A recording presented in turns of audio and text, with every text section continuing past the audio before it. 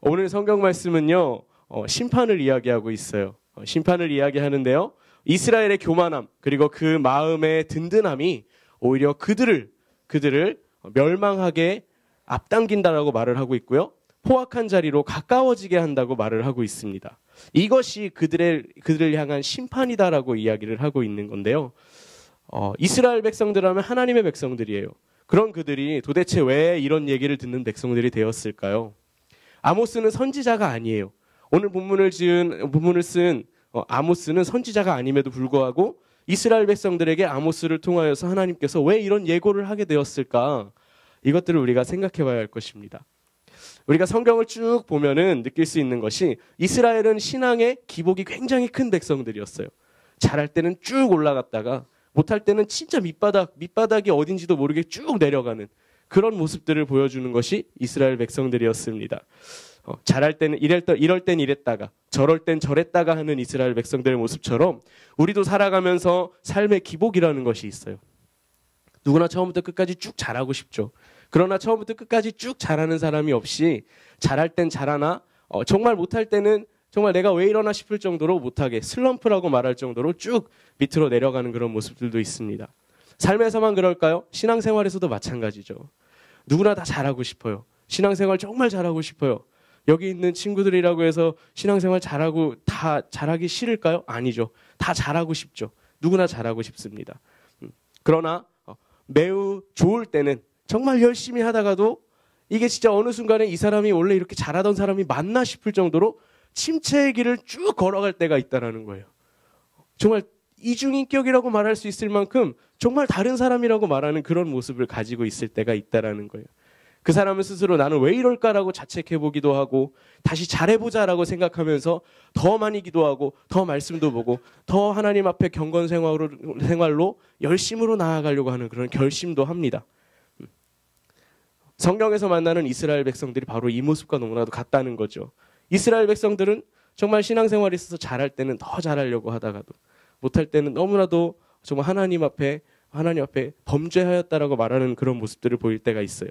마치 사사기 말씀의 반복이라고 표현할 만큼 그렇게 신앙의 기복이 있었던 것이 사실입니다. 근데 오늘 본문의 이스라엘은요, 그런 과정 속에서도 지금 어디에 머물러 있냐면 교만함이 하늘을 찌르는 그런 과정에 있는 거예요. 하나님이 없어도 내가 살 것처럼 그렇게 뻔뻔하고 그 마음이 목이 곧은 백성이라 말할 만큼 그런 교만한 모습 속에 있는 것을 보게 됩니다. 마치 신앙을 포기한 사람처럼 그들 안에는 어떠한 찔림도 없고요. 어떠한 자책도 없고 그것에 대해서 돌이키려고 하는 어떠한 결심도 없는 그 모습을 보게 돼요. 아모스 5장 24절 말씀을 한번 보도록 하겠습니다. 같이 읽을게요. 시작. 오직 정의를 물같이 공의를 마르지 않는 강같이 흐르게 할지어다. 이 정도로 아모스가 이렇게 선포할 정도로 정의가 없고 공의가 없는 시대를 살고 있는 것이 이스라엘 백성들이었다고요. 본문의 배경은요. 오늘 본문의 배경은 이스라엘 왕 여로보암 2세가 통치하던 시대라고 해요. 다시 말하면 이스라엘이 가장 번영을 누리던 때, 가장 잘 나가던 때, 가장 많은 것들을 누리고 살아갔을 때라고 합니다. 하나님의 법이 있지만 그렇지만 그렇게 잘 삶에도 불구하고 하나님의 법이 지켜지지 않는 세대이기도 했어요. 아이러니하게. 그리고 더 나아가서 그것을 지키지 못하는 자신들의 모습을 돌이켜보는 것이 아니라 아예 지키려고 하는 생각조차 안 하던 시대라고 이렇게 이야기를 하고 있습니다. 본문 1절, 2절 말씀을 한번 보도록 할게요. 같이 읽어봅시다. 시작. 화 있을진저 시온에서 교만한 자와 사마리아 산에서 마음이 든든한 자 곧 백성들의 어린 집이여 이스라엘 집이 그들을 따르는도다. 너희는 갈레로 건너가 보고 거기에서 큰 하맛으로 가고 또 블레셋 사람의 가드로 내려가라. 너희가 이 나라들보다 나으냐? 그 영토가 너희 영토보다 넓으냐? 네, 아멘. 1절에서 딱 두 가지 단어를 볼 수 있습니다. 시온에서 교만한 자, 사마리아 산에서 마음이 든든한 자라고 말을 하고 있어요. 교만한 자, 우리가 너무나도 잘 아는 말이죠. 교만한 자는 말 그대로 교만한 자예요. 그럼 또 하나 마음이 든든한 자, 이 사람은 뭐냐면 그 마음이 그냥 평안한 거예요. 아무것도 없어도 그 마음이 든든한 사람이에요. 뭐 밥을 먹어서일 수도 있고요. 맛있는 걸 먹어서일 수도 있고 좋은 것을 누리고 있어서 그 마음이 든든한 거예요. 그들 안에 하나님이 있어서가 아니라 그냥 그들 마음이 든든한 거예요. 근데 그런 사람들이 누구라고 말하고 있어요? 이스라엘 백성들의 머리 지도자라고 말을 하고 있어요. 지도자가 교만하고 지도자가 하나님 없이 마음이 든든해요. 그런 모습을 살아가고 있었던 시대라는 거죠. 지도자가 그런 모습이니까 백성들은 당연히 그게 맞는 거다라고 생각을 하고 살아가던 시대라는 거예요. 그리고 2절에 보면 이렇게 말합니다. 너는 갈레라는 곳으로 건너가 보고 거기에서 큰 하맛으로 또 가보고 그리고 블레셋 사람의 가드로도 내려가 봐라. 너희가 이 나라들보다 나으냐? 너희 나라가 이 나라보다 낫지 않느냐라는 거예요. 그리고 그 영토가 너희 영토보다 넓으냐? 그들의 영토는 너희 영토보다 작다라는 거예요. 너희들의 영토가 더 크고 너희들의 나라가 더 낫다라고 말하고 있는 거예요. 번영을 누리던 시대라고 했잖아요. 정말 잘 나가던 이스라엘 백성들의 그런 시대를 우리가 살펴볼 수가 있는 거예요. 이렇게 풍족했던 이스라엘 백성들이었습니다. 그들에겐 모자람이 없었고요. 그들에게는 스스로 만족할 만한 그런 마음이, 든든한 마음이 있었다라는 거예요. 얼마나 풍요로웠는지를 또 살펴보면요. 4절에서 6절까지의 말씀을 통해서 이렇게 말합니다.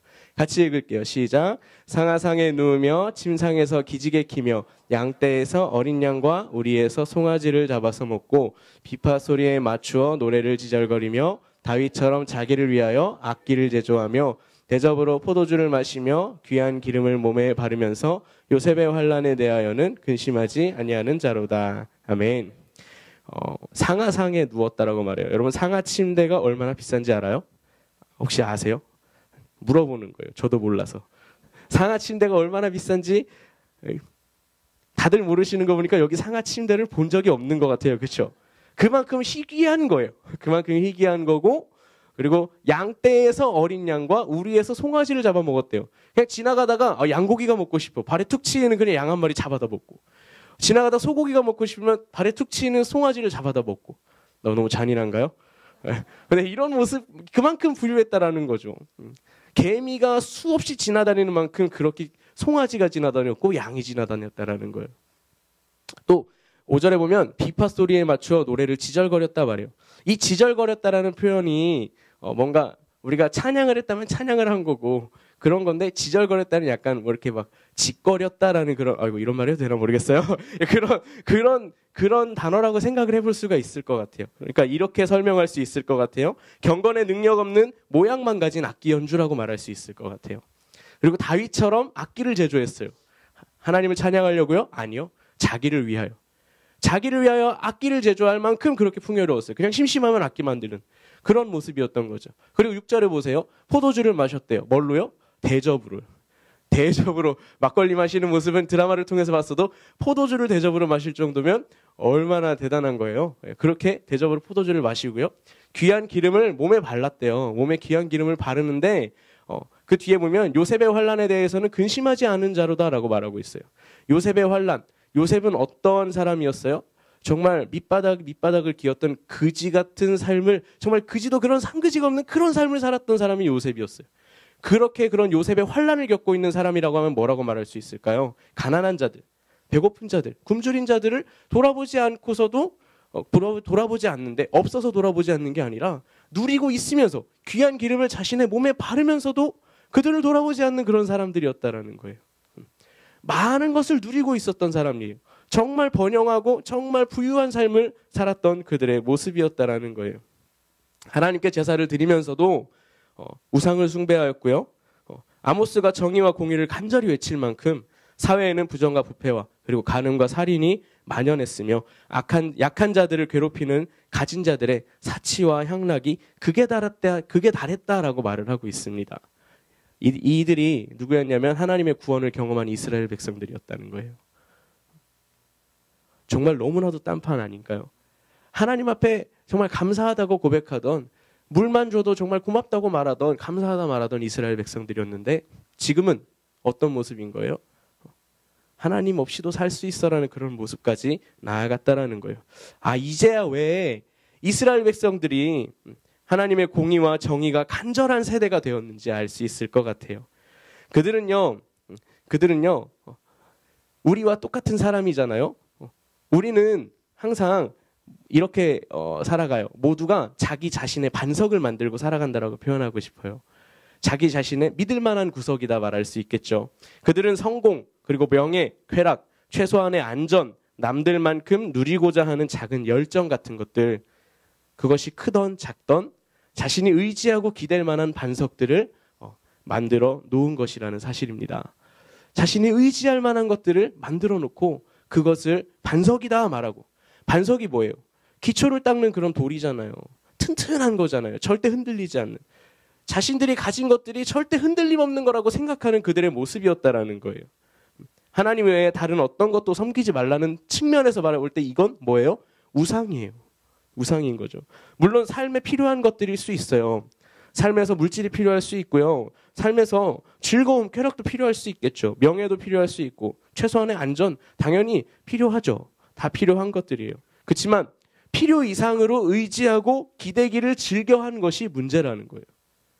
어느 정도까지는 중요해요. 그러나 그것이 나의 반석이 되고 내가 의지할 만한 것이 되었을 때에는 그게 뭐가 되는 거예요? 문제가 되는 거예요. 이스라엘이 하나님을 잊었던 건 그들이 가진 모든 것이 하나님이 주신 거야 라는 생각이 아니라 이건 내 거야 라는 생각 때문이었다라는 사실입니다. 하나님이 주셨다면 하나님이 거저 주셨으니까 나도 나눌 수 있었을 텐데 그게 되지 않았다라는 건 니들은 벌 줄 몰라서 못 번 거고 나는 벌 줄 알아서 번 거야 라고 말하며 가난한 자들을 돌보지 않았다는 그것도 문제였다는 거죠. 하나님은 분명 하나님을 의지하는 자들에게 좋은 것들 주십니다. 아멘. 네. 지금 이스라엘이 누리고 있는 모든 것도 하나님이 주신 것이 틀림이 없어요. 하나님이 분명히 하나님이 주신 거예요. 잘 되라고 주신 거예요. 근데 그 주신 것을 누림은 분명히 그들의 특권이었던 것도 사실입니다. 하지만 하나님을 잊어버릴 만큼 누리는 것은 그들에게는 분명히 어리석은 일이었다라는 거죠. 오늘 아침에 사역자 예배를 드리는데 박하늘 전사님이 설교 중에 이런 말을 하더라고요. 하나님이 주신 것을 바라보다가 주신 하나님을 보지 못하는 삶이 되어서는 안 된다. 엄청 멋있는 말이죠. 우리에게 주신 것들을 바라보다가 우리가 그것들에 심취해서 그것을 허락하신 하나님 앞에 감사할 줄 모르는 삶이 되어서는 안 된다는 거예요. 이걸 가리켜 사자성어로 뭐라 말하냐면 주객전도라고 말합니다. 주객전도, 주인과 손님이 뒤바뀌어 버린 거예요. 누가 주인이고 누가 손님인지를 모르는 그런 어리석은 그런 모습이다라는 거죠. 우리 신명기 말씀 한번 살펴볼까요? 신명기 말씀 우리 같이 한번 읽어보겠습니다. 시작. 네가 살찌고 비대하고 윤택하며 자기를 지으신 하나님을 버리고 자기를 구원하신 반석을 업신여겼도다. 너를 낳은 반석을 내가 상관하지 아니하고 너를 내신 하나님을 내가 잊었도다. 네, 아멘. 우리가 윤택하여지고 비대해졌더니 그들이 이스라엘 백성들이 자기를 지으신 하나님을 버리고 자기를 구원하신 반석을 잊었다. 그리고 자신이 비대해지게 만들고 윤택하게 만든 것을 자신의 반석 삼았다라고 말을 하는 것입니다. 시편 78편 16절에서 17절도 같이 읽겠습니다. 시작. 바위에서 시내를 내사 물이 강같이 흐르게 하셨으나 그들은 계속해서 하나님께 범죄하여 메마른 땅에서 지존자를 배반하였도다. 아멘. 바위에서 시내를 내사 물이 강같이 흐르게 하셨으나 반석에서 물이 나게 하셨고 그것이 강같이 흐르게 하셨어요. 근데 그들은 계속해서 하나님께 범죄하는데 어디에서 범죄하느냐? 메마른 땅에서 범죄했다 말합니다. 이건 뭘 뜻하냐면 분명히 반석에서 물이 나온 게 사실이에요. 반석에서. 근데 그들이 바라보는 그 반석은 물이 나는 반석이 아닌 메마른 땅이었다라는 거예요. 이게 하나님이 준 게 아니야라는 그런 생각을 가지고 있었다라는 거죠. 그들의 생각에 하나님이 주시는 것은 그저 메마른 땅이었고 반석에서 물이 나는 바위에서 물이 나는 그것은 자신의 것이었다라는 거예요. 분명히 물이 흐르고 있어요. 근데 그들이 분명히 하나님께 감사해야 됨에도 불구하고 하나님께 계속해서 범죄했는데 자신이 서 있는 그 땅, 그곳을 메마른 땅이라 칭하며 거기에서 범죄했다라고 말한다라는 거죠. 이 얼마나 통탄할 일입니까? 그런데 이 모습이 분명히 우리의 모습일 수 있다라는 것입니다. 우리의 삶에 알게 모르게 내가 의지하고 있는 나의 반석이 있을 것입니다. 하나님이 주신 것이라 분명히 여기고 하나님의 것이며 하나님이 나의 반석되어야 함에도 불구하고 하나님이 나의 반석이 아닌 내가 의지하는 그것이 나를 지켜주고 나를 지탱해주는 것이다. 이것은 분명 내가 번 것이고 나의 것이다 라고 말하는 그 모습이 어딘가 모르게 있을 수 있다라는 사실입니다. 우리의 삶에 알게 모르게 날 의지하고 있는 그런 나의 반석은 반드시 깨져야 한다라는 것입니다. 네. 왜냐하면 본문 7절에서는 아모스 6장 7절에서는 이렇게 고백합니다. 우리 같이 한번 읽을게요. 시작. 그러므로 그들이 이제는 사로잡히는 자 중에 앞서 사로잡히리니 기지개 켜는 자의 떠드는 소리가 그치리라. 아멘. 이제는 그 자신들이 의지하는 것, 자신들이 의지하는 그것으로 인하여서 그들이 사로잡힐 것이다 말을 하고요. 상하상에서 상하침대에서 기지개 켜는 아주 그 행복한 소리가 이제는 그칠 것이다. 스스로 행복하다 말하는 그 소리가 그치게 될 것이다 말을 하고 있어요. 그리고 시편 73편 17절에선 하나님의 성소에 들어갈 때에야 그들의 종말을 내가 깨달았나이다 라고 말을 하고 있는데, 이 시편 73편 기자는 2절과 3절에서 이렇게 말합니다. 내가 악인의 형통함을 보고 오만한 자를 질투하였습니다 라고 말을 하고 있어요. 자신이 악인이 너무 잘 되는 모습을 보면서 질투했다라는 거예요. 근데 그 모습이 무엇이라 말하냐면 거의 넘어질 뻔한 모습이었고 나의 걸음이 미끄러질 뻔한 그런 모습이었다라고 말하고 있어요. 악인의 형통함을 부러워하고 질투하였던 그 모습이 자신을 넘어뜨리게 하는 모습이었다라는 거고, 자신을 미끄러지게 하는 그런 모습이었다라는 거죠. 근데 이걸 언제 깨달았느냐? 17절 말씀에 이렇게 말합니다. 하나님의 성소에 들어갈 때에야 그들의 종말을 내가 깨달았다 말하고 있어요. 그들이 영원히 잘 될 것 같았는데 정말 부유함 가지고 그것을 자신의 반석 삼고 살아가는 그 사람들이 너무나도 잘 될 것 같았고 그것들이 진짜인 것 같았는데, 내가 하나님의 성소에 들어올 때 그들이 분명히 망할 것이다. 그것이 분명히 영원한 반석이 아니다라는 걸 깨달았다라는 겁니다. 그럼 이 시편 기자는 그가 생각하는 반석은 무엇이라고 생각했을까요? 반대로 영원한 나의 반석은 누구다? 하나님이다라고 고백했다라는 사실입니다. 우리가 이 시편 기자가 생각한 대로 악인의 형통함을 부러워하고 그들을 따라가는 모습이 있었다면 그건 분명히 망한다라는 거예요. 망하는 지름길이라는 거죠. 그들은 더더욱 하나님을 잊어갈 거고요. 더 세상을 향해 발걸음을 옮길 거예요. 악인처럼 내가 부유했으면 좋겠다. 차라리 악해서 하나님을 모르고라도 내가 부유했으면 좋겠다라고 생각하는 그 모습은 분명히 우리를 망하게 하는 길이다라는 겁니다. 근데 여기 우리가 이렇게 앉아 있다고 해도 우리가 이렇게 되지 말라는 법이 없어요. 우리도 이렇게 될 수 있는 가능성이 있는 사람들이라는 거죠. 이렇게 망하는 지름길로 걸어갈 수 있다라는 거예요. 갑자기 세상이 우리에게 확 좋아질 수는 없죠. 교회가 딱 싫고 나 세상이 너무 좋아서 이제 교회 안 갈 거야. 이 모습일 수는 없어요. 그러나 서서히 우리는 그 길로 걸어갈 수도 있는 사람들이라는 거예요. 서서히 하나님과는 멀어질 수 있어요. 그러나 이것은 어떤 길이다? 망하는 길이다라는 거죠. 반대로 그러니까 하나님과 멀어질 만한 반석은요. 내가 세운 나의 반석은, 내가 의지하는 그것은 어떻게 해야 되는 거예요? 애초부터 멀리해야 된다라는 거예요. 애초부터 그 반석을 멀리해야 한다는 것입니다. 그리고 더 나아가서 그것들을 깨트려야 된다라는 거예요. 아예 조각조차 남지 않도록 깨부셔야 된다라는 사실입니다. 에스겔 14장 6절에 이렇게 고백합니다. 같이 읽겠습니다. 시작. 그런즉 너는 이스라엘 족속에게 이르기를 주 여호와의 말씀에 너희는 마음을 돌이켜 우상을 떠나고 얼굴을 돌려 모든 가증한 것을 떠나라. 아멘. 네, 이스라엘 백성들에게 있어서 주 여호와의 말씀에 너희는 마음을 돌이키고 그들의 얼굴을 돌려서 우상을 떠나라라고 이야기를 하고 있습니다. 우상을 떠날 때에 정말 그들의 시선을 반대로 돌리라라는 거죠. 그리고 그들의 시선을 어디로 향해야 되냐면 시편 73편 28절에 이렇게 말합니다. 하나님께 가까이함이 내게 복이라 내가 주 여호와를 나의 피난처로 삼았다라고 말합니다. 그들의 시선이 우상을 향해 있던 시선이 하나님을 향한 시선으로 바뀌어야 한다라는 사실입니다.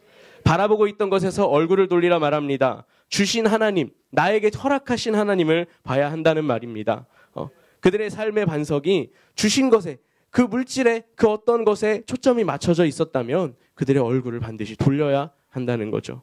이 시간에 우리 결단합시다. 우리의 삶에 알게 모르게 의지하는 나의 반석을 깨트리는 시간 되었으면 좋겠습니다. 내가 세운 반석이 아니라 인생의 유일하고 그리고 영원한 반석이신 그 주님을 우리가 그 주님을 바라보며 그 위에 서야 할 줄로 믿습니다. 반석 위에 서면 우리는 분명히 삽니다.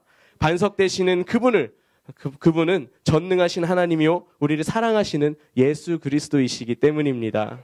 우리 시편 78편 말씀 한 번 더 보도록 하겠습니다. 글씨가 더 작네요. 네. 15절 말씀 이렇게 고백합니다.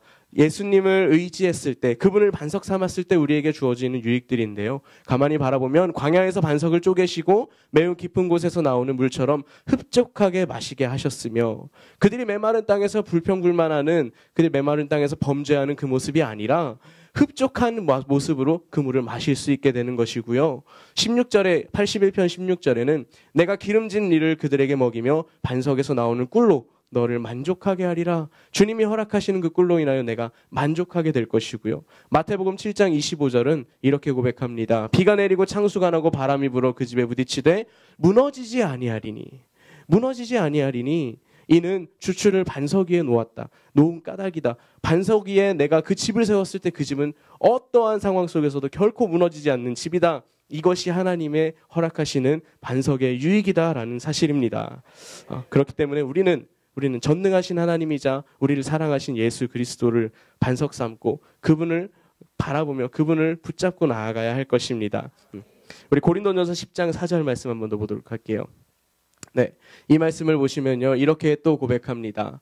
다 같은 신령한 음료를 마셨으니 이는 그들을 따르는 신령한 반석으로부터 마셨음에 그 반석은 곧 그리스도시니라 말을 합니다. 그리고 이사야 26장 4절 말씀에 너희는 여호와를 영원히 신뢰하라. 주 여호와는 영원한 반석이시미로다 라고 고백하고 있습니다. 그렇습니다. 인생의 유일한 반석, 내가 설 자리를 오직 예수 그리스도라고 딱 못을 박고 내가 서야 할 곳은 오직 예수 그리스도, 그분이 나의 설 정상이라고 딱 생각을 하고 철저히 그분을 바라보며 나아가는 우리 모두가 되기를 간절히 소망합니다. 하나님께서는 이렇게 생각하고 이렇게 선포하면서 돌이키는 자들을 결코 외면하시는 분이 아니십니다. 왜냐하면 하나님은 전적으로 우리를 사랑하시는 분이시기 때문입니다. 이것이야말로 하나님의 은혜 아니겠습니까? 전적으로 하나님이 주시는, 거저 주시는 그 은혜, 이것이 바로 돌이키는, 하나님을 반석 삼고 그분이 나의 구원자이심을 고백하는 자들을 받아주시는 하나님의 모습인 것입니다. 시편 기자가 이렇게 고백했습니다. 내 몸과 마음은 약하고 부족하고 흠이 없지만 나를 사랑하시는 하나님이 내 마음의 반석이시다 라고 말하고 있습니다. 그래요. 우린 연약해요. 우리는 죄 가운데 있을 수밖에 없고, 우리는 지금 이렇게 아멘해도 돌아가서 또 나의 반석을 짓는, 나의 반석, 내가 지은 반석 위에 서는 그 모습을 나타낼 수 있을 것입니다. 그럼에도 불구하고 또다시 주님 앞에 돌아가고자 할 때에 주님은 그것을 생각하면서 말씀하실 것입니다. 잘 왔다. 네가 내게 잘 돌아왔다라고 말씀하신다는 사실입니다. 돌아갑시다. 주님을 반석으로 삼고 나의 유일한 반석으로 삼고 그분께로 돌아가고 지금 그분과 함께 한다고 말한다면 더 주님과 가까이하여 주님과 가까이함이 내게 복이라 말하는 그 모습으로 우리가 나아갔으면 좋겠습니다. 우리 마지막 성경 구절을 한번 같이 보도록 하겠습니다. 마지막 성경 구절, 여기가 끝이 아닌데요. 네, 제가 읽어드리도록 하겠습니다. 내가 여호와를 기다렸더니 귀를 기울이사 나의 부르짖음을 들으셨도다. 나를 기가 막힐 웅덩이와 수렁에서 끌어올리시고 내 발을 반석 위에 두사 내 걸음을 견고하게 하셨도다. 시편 40편 1절에서 2절 말씀입니다. 또한 시편 18편 46절에 이렇게 말합니다. 여호와는 살아계시니 나의 반석을 찬송하며 내 구원의 하나님을 높일지로다. 우리 마지막으로 시편 19편 14절에 이렇게 말합니다. 나의 반석이시요 나의 구속자이신 여호와여, 내 입의 말과 마음의 묵상이 주님 앞에 연락되기를 원하나이다. 이 고백 가운데에서 우리가 알 수 있는 것은 무엇입니까? 주님을 나의 반석 삼고 나아갈 때에 우리는 그저 입술로만 주님은 나의 반석입니다로 끝나는 것이 아니라 그것으로 그분을 찬양하고 그렇게 되기를 또한 간구하는 우리의 모습이 되어야 한다라는 사실입니다. 이 시간에 우리가 그 모습을 간절히 소망하며 기도했으면 좋겠습니다. 주님이 나의 반석이십니다. 주님은 내가 찬송할 반석이십니다. 내가 든든히 서 있을, 흔들리지 아니할, 세상의 지진이 나도 요동치 아니할 그 반석이 바로 주님이십니다. 이 고백이 우리 안에서 흔들리지 않을 수 있도록 간구하고 찬송해야 할 줄로 믿습니다. 네, 오늘도 그 하나님을 바라보며 찬송하고 기도함으로 선포하는 저와 여러분 되었으면 좋겠습니다. 정말 주님이 나의 반석이심을, 내가 흔들릴 때에 내가 붙잡을 그분이심을 이 시간 고백했으면 좋겠습니다. 우리 같이 찬양하며 나아갑시다.